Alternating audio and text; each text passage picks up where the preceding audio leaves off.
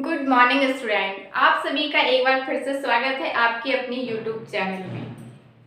Environment की class में हम लोग पहली क्लास में हम लोगों ने इन्वायरमेंट के बारे में पढ़ा और उसके क्षेत्र के बारे में पढ़ा। पर्यावरण के इसी क्रम में आगे बढ़ते हुए हम लोग इकोलॉजी, नेक्स्ट मेरा टॉपिक है पारिस्थितिकी इकोलॉजी पढ़ेंगे। उससे पहले अगर आप लोग मेरे चैनल पर नए हैं तो वीडियो को सब्सक्राइब करिए, चैनल को सब्सक्राइब करिए, वीडियो को लाइक करिए, शेयर करिए और कमेंट करके जरूर बताइए आपको वीडियो कैसा लगा।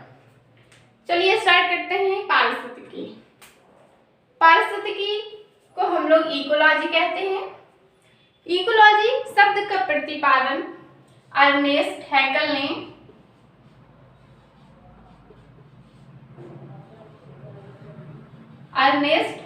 किया। इकोलॉजी शब्द का प्रतिपादन। इकोलॉजी जो शब्द है वो ग्रीक भाषा के आर्कियोलॉजी से बना हुआ है। आर्कियोलॉजी को हम लोग कैसे डिवाइड करेंगे?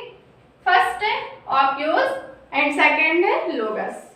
आर्कियोस को हम लोग कहते हैं, इसका मीनिंग जो होता है उसे कहते हैं आवास, और लोगस का मीनिंग होता है अध्ययन करना, यानी कि जीवों के निवास स्थान या आवास का अध्ययन करना ही आर्कियोलॉजी कहते हैं और इसको ही इकोलॉजी कहते हैं।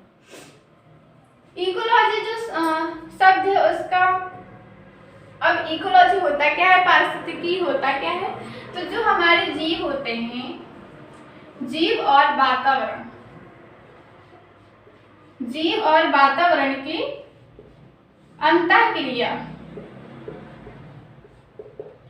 अंतःक्रिया या अंतर संबंध को हम लोग इकोलॉजी यानी कि पारिस्थितिकी कहते हैं।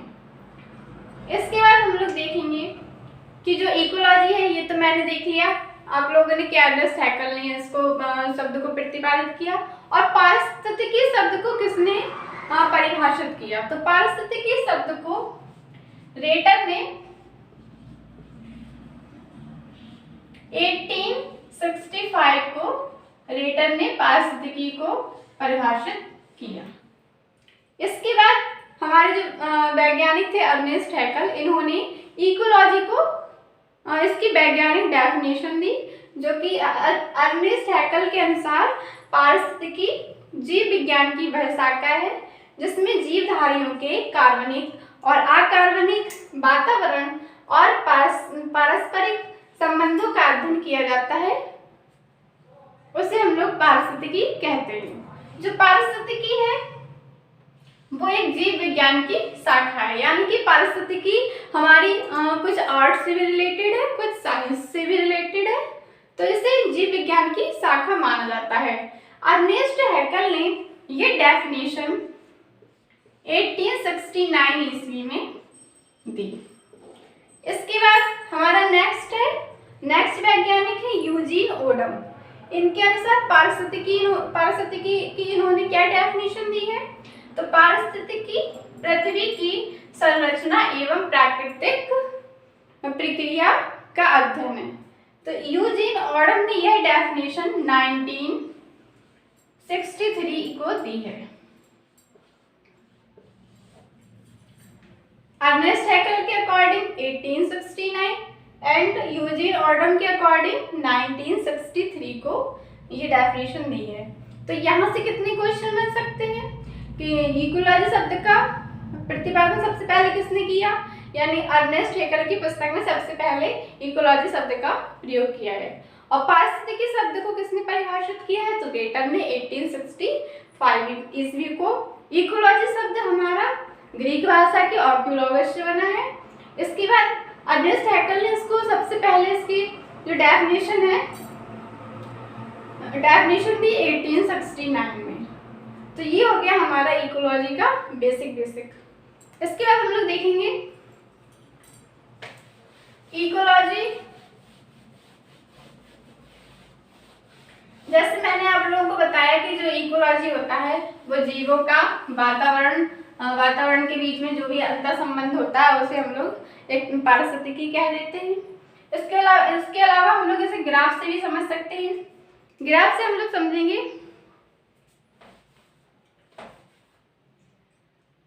जैसे यहाँ पे मान लीजिए जलवायु, जलवायु, वनस्पति, जंतु, मिट्टी। यानी कि यहाँ जो वनस्पति का जलवायु से संबंध, जलवायु का वनस्पति से संबंध, फिर जलवायु का जंतु से, जंतु का जलवायु से, जंतु का मिट्टी से और मिट्टी का जलवायु से। ऐसे इसी तरह से यहाँ जाएगा मिट्टी का वनस्पति से और वनस्पति का मिट्टी से। इसके अलावा जलवायु का मिट्टी से और वनस्पति का जंतु से। इस तरह के अंतर संबंध को हम लोग इकोलॉजी या फिर पारिस्थितिकी कहते हैं। इसके बाद हम लोग देखेंगे पारिस्थितिकी के पार्ट कितने होते हैं।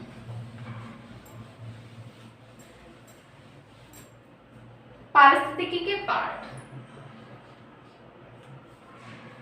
The parts of ecology. यहाँ पे पारिस्थितिकी के 2 पार्ट्स है।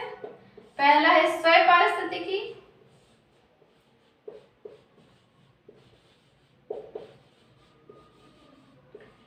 सेकंड है समुदाय पारिस्थितिकी।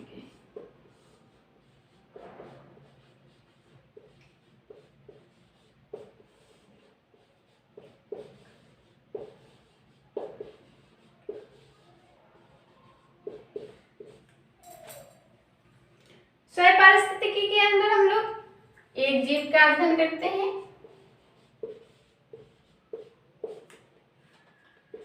जबकि समुदाय पारिस्थितिकी के अंदर हम लोग एक से अधिक या समुदाय में जीवों का अध्ययन करते हैं। तो पार्ट्स ऑफ इकोलॉजी में स्वयं पारिस्थितिकी एंड सेकंड है समुदाय पारिस्थितिकी। स्वयं से तो यहाँ समझ में ही आ रहा है कि एक यानी कि खुद का, और सेकंड है समुदाय यानी कि समुदाय में जीवों का अध्ययन करना ही समुदाय पारिस्थितिकी कहलाता है। इसके बाद नेक्स्ट है हमारा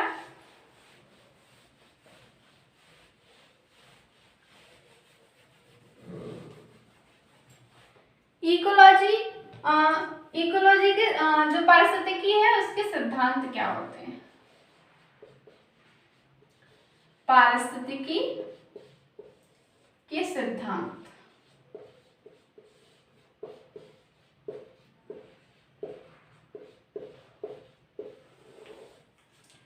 पारिस्थितिकी सिद्धांत।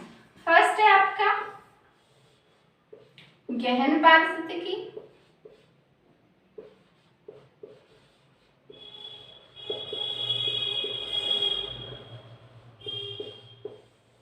सेकंड है सतही पारिस्थितिकी।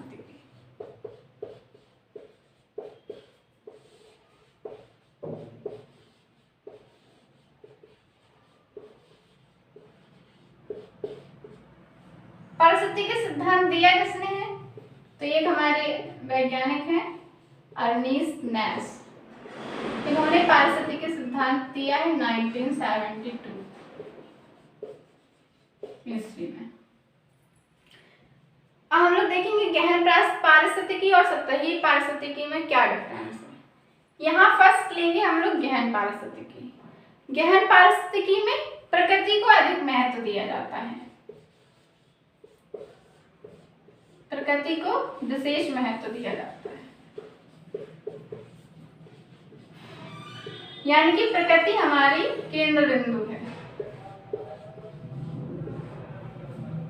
सतही पारिस्थितिकी में हम लोग मानव को अधिक महत्व देते हैं।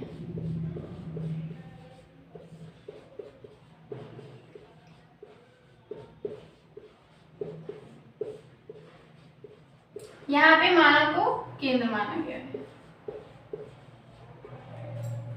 गहन पारिस्थितिकी में प्रकृति यानी कि प्रकृति जैसी है वैसे ही रहेगी। वातावरण में प्रकृति का जो रूप है वही रहेगा। जहाँ नदियां हैं वहाँ नदियां रहेंगी, जहाँ पेड़ पौधे हैं वहाँ पेड़ पौधे रहेंगे। यानी कि मानव का प्रकृति में कोई भी हस्तक्षेप नहीं होगा। गहन पारिस्थितिकी के अंतर्गत प्रकृति को केंद्र बिंदु माना गया और उसी को ही अधिक महत्व दिया गया, यानी कि मानव का प्रकृति में कोई भी हस्तक्षेप नहीं होगा। सेकंड है सतही पारिस्थितिकी। सतही पारिस्थितिकी में मानव को अधिक महत्व दिया गया है, यानी कि समाज यानी कि वातावरण का हमें एक विकास करने के लिए हमें हस्तक्षेप प्रकृति में करना पड़ेगा। तो वो हस्तक्षेप हमारा मानव करेगा। तो मानव क्या करेगा, एक क्रमबद्ध तरीके से वातावरण का विकास यानी कि समाज का विकास करेगा। तो सतही पारिस्थितिकी में मानव को विशेष महत्व दिया गया है। तो आज हम लोगों ने पढ़ा पारिस्थितिकी क्या है, इकोलॉजी क्या है। इसके बाद हम लोग नेक्स्ट टॉपिक हमारा होगा इकोसिस्टम,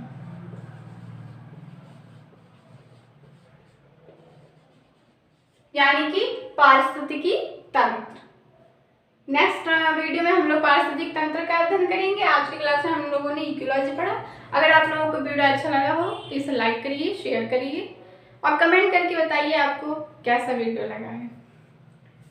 आज के लिए इतना ही। Thank you.